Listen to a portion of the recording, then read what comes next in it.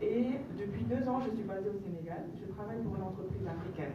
Je peux vous dire que demain, je dois prendre la parole pour soi-disant inspirer ces jeunes-là et j'espère que j'arriverai à le faire. Mais s'il y a un élément qui annulera tout ce que je dirai demain, c'est cet élément de corruption. Pour qu'il y ait corruption, c'est qu'il y a un corrupteur et un corrompu. Qui sont les corrupteurs aujourd'hui?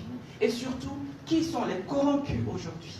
Les corrompus aujourd'hui, ce sont les personnes qui sont censées empêcher cette corruption. Ce sont les personnes qui sont censées nous protéger. Ce sont les personnes qui sont censées mettre en application les lois de sanctions, etc. Aujourd'hui, je travaille dans une entreprise. Nous répondons à des appels d'offres.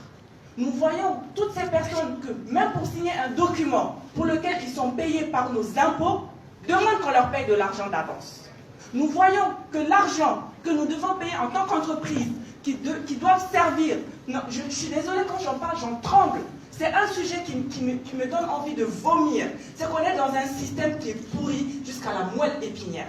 L'argent que les entreprises payent, qui doivent aller dans les caisses de l'État, c'est cet argent qui sert à construire nos écoles.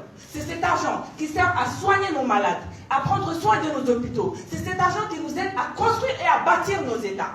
Cet argent-là, qu'est-ce qu'on en fait? Nous, les entreprises, on le prend et on le donne à une personne lambda qui le met dans sa poche, qui, malgré tout, cette personne est un agent de l'État payé par la sueur du front des Maliens, des Africains. Nous travaillons, nous payons des impôts, etc. C'est cet argent qui paye cette personne et malgré tout, cette personne s'enrichit sur l'argent des entreprises.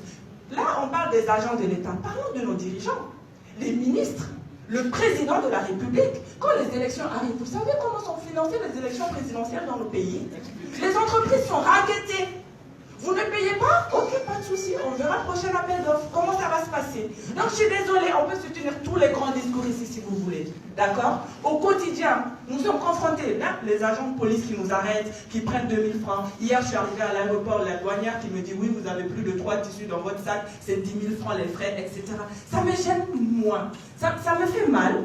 Mais ça me gêne tellement moins quand je regarde ces personnes que je vois dans la rue, qui occupent des positions, qui signent des grands papiers tous les jours et qui sont censés nous protéger, qui sont censés mettre en application, montrer l'exemple. Ce sont ces personnes, à commencer par les premiers dirigeants du pays, qui sont corrompus jusqu'à la moelle épinière. Ils se servent de cet argent-là pour se maintenir dans leur position, etc.